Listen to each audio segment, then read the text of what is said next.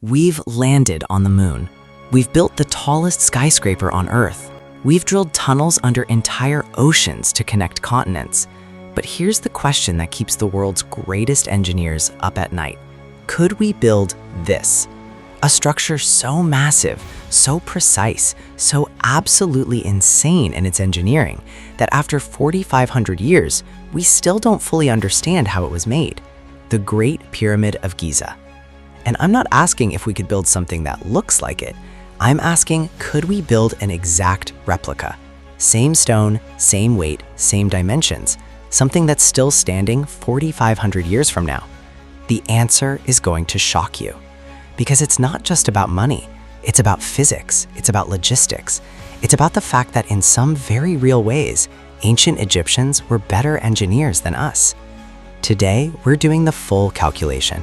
Every single cost, every single challenge. By the end of this video, you'll never look at the pyramids the same way again. Let's get into it. Before we talk about building it, let's talk about what exactly we're dealing with. The Great Pyramid of Khufu isn't just big, it's incomprehensibly big. 147 meters tall. That's a 40-story building spread across 13 acres of land. That's 10 football fields side by side, built in 200 layers of stone. Total weight, 6 million tons. For reference, the Burj Khalifa, the tallest building in the world, weighs 500,000 tons. One pyramid weighs 12 times more than the Burj Khalifa. And it's not just one big pile of rock. It's made of 2.3 million individual stone blocks, each one the size of a Range Rover. The lightest ones weigh 2 tons, the heaviest, 80 tons. 80 tons, that's heavier than 10 fully loaded cement trucks. Famous Egyptian archaeologist Zahi Hawass once said, "Egypt didn't build the pyramids built Egypt." And after today's video, you'll understand exactly what he meant. So, 2026, new project, full budget. Let's build this thing. Where do we even start? The very first problem isn't stone. It isn't cranes. It isn't money.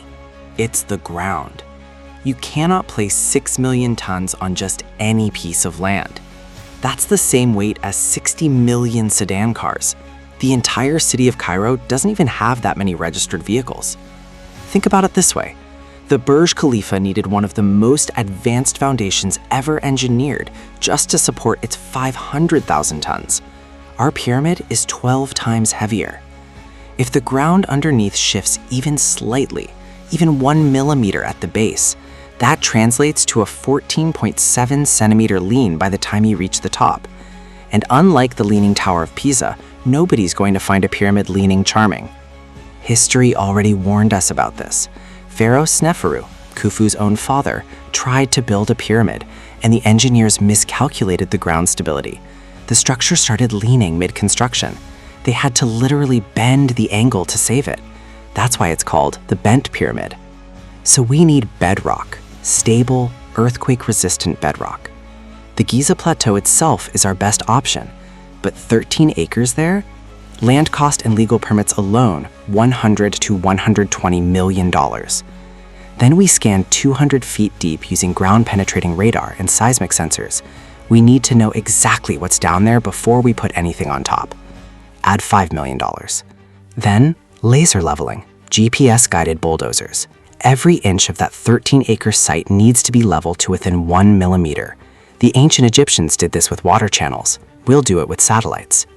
And then, a reinforced concrete foundation mat, 4 meters thick. That alone needs 500,000 tons of concrete. More concrete than most entire mega projects use from start to finish. Foundation cost, $400 million. Running total before a single stone is placed, $550 million. And we haven't even ordered the rocks yet. 2.3 million blocks, each one the size of an SUV, each one needing to be cut with millimeter precision. Here's where it gets really terrifying. A modern stone cutting factory, fully operational, running at capacity, can cut roughly 100 large blocks per day.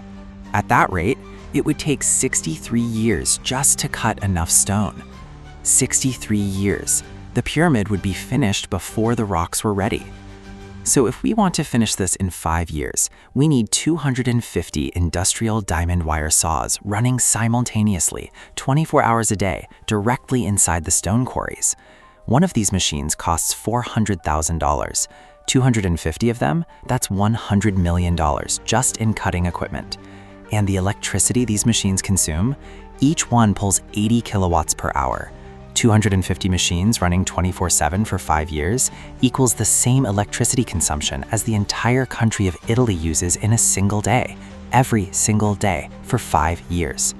Electricity bill alone, $155 million. Now, the stone itself. The pyramid uses 2 types of stone, limestone for the bulk of the structure and granite for the inner king's chamber.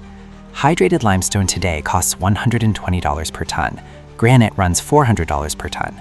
Total stone material cost, $1 billion. $1 billion just for the rocks. For context, the entire Burj Khalifa construction in the early 2000s cost $1.5 billion. We just spent 2/3 of that on rocks. The original quarry used by the ancient Egyptians is in Aswan, 900 kilometers away from Giza.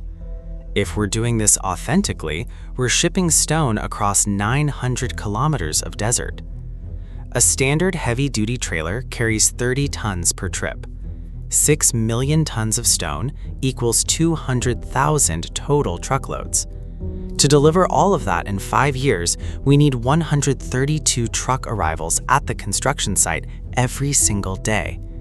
Because each truck takes 3 to 5 days to make the 900-kilometer round trip, at any given moment, 500 trucks are on the road simultaneously, every day, for 5 years straight. This would be the single largest continuous road transportation operation in human history. Transportation cost, $200 million. Road taxes and permits, not even included in that number. Running total, over $2 billion. And not one stone has been lifted yet. This is where even the greatest engineers on the planet go quiet.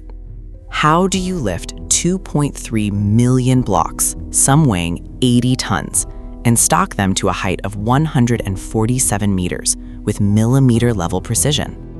Let's talk about cranes. The biggest tower cranes in the world, the Liebherr LTM series, are absolute monsters of engineering. But here's the cruel physics problem. The longer a crane's arm, the less weight it can lift. A crane with an arm long enough to reach across a pyramid base of 230 meters, it physically cannot lift 80 tons at that distance. The laws of physics won't allow it. So we'd need a network of cranes, dozens of them, specially positioned, constantly repositioned as the pyramid rises higher. For the king's chamber ceiling, that single 80-ton granite block, suspended 40 meters in the air, we'd need specialized hydraulic gantry systems, the kind used to install offshore oil platforms. One mistake, one cable snap, one miscalculation. That block doesn't just fall, it destroys everything beneath it. The ancient Egyptians likely used a system of internal ramps, possibly spiral ramps built inside the pyramid structure itself, to drag these blocks into position. Some researchers believe they used a lubrication system with water and wet sand to reduce friction. Their precision was so extraordinary that the gap between stones is less than the width of a credit card. Could our modern cranes match that precision? Theoretically, yes, at massive cost. 10 specialized mega cranes operating for 5 years with constant maintenance and repositioning. $300 million. People. You need people. At minimum, 3,000 workers on site at any given time. Engineers, stonemasons, crane operators, logistics coordinators, safety officers. 5 years of salaries, health insurance, safety equipment, accommodation in the desert, food, water supply infrastructure. $400 million. And unlike the ancient Egyptians, who, according to recent archaeological evidence, fed their workers well and even had a dedicated medical staff, we'd also have OSHA, international labor laws, and injury liability. Every worker who so much as twists an ankle is a lawsuit. Here's something most people don't know. The pyramid you see today, rough, dark, stepped, is not what the pyramid actually looked like. The original Great Pyramid was covered in 115,000 polished white Tura limestone casing stones, cut so smoothly and fitted so tightly that the entire surface was mirror flat. When the sun rose over the desert, the pyramid didn't just stand there. It blazed like a star had landed on Earth. Medieval Arab builders actually stripped most of the casing stones to build Cairo. That's why it looks rough today. If we want the real thing, the authentic 4,500-year replica, we need to replace all 115,000 casing stones. Cost of Tura limestone casing, $250 million. Let's add it all up. Item: cost, land plus permits, $120 million, ground surveys, $5 million, foundation, $400 million, stone cutting equipment, $100 million, stone materials, $1,000 million, electricity, 5 years, $155 million, transportation, $200 million, cranes plus lifting, $300 million, workforce, 5 years, $400 million, casing stones, $250 million, total $2.93 billion. Nearly $3 billion. And that's without road taxes, without a dedicated power plant to generate 20 megawatts of electricity, without environmental permits, without cost overruns, which on every mega project in history average 80% over budget. The real number? Probably $5 billion or more. For comparison, the Palm Jumeirah artificial island cost $3 billion. The most expensive NFL stadium ever built cost $3 billion. Qatar's largest natural gas processing plant cost $3 billion. All of those produce something: revenue, energy, entertainment. A pyramid produces a pyramid. And that's the most humbling part of all this. 4,500 years ago, with no electricity, no GPS, no cranes, no diamond wire saws, no reinforced concrete, human beings built something that we, with all of our technology, would struggle to replicate. Not because we lack the tools, but because we lack whatever drove them. That obsession, that faith, that impossible belief that if you stack enough stone, high enough, precisely enough, you can touch eternity. Maybe the pyramids aren't a mystery of engineering. Maybe they're a mystery of will. And that is something no budget can buy. If this video blew your mind, smash that like button and share it with someone who thinks modern humans have it all figured out. Drop a comment. Do you think we could actually pull this off in 2026? See you in the next one.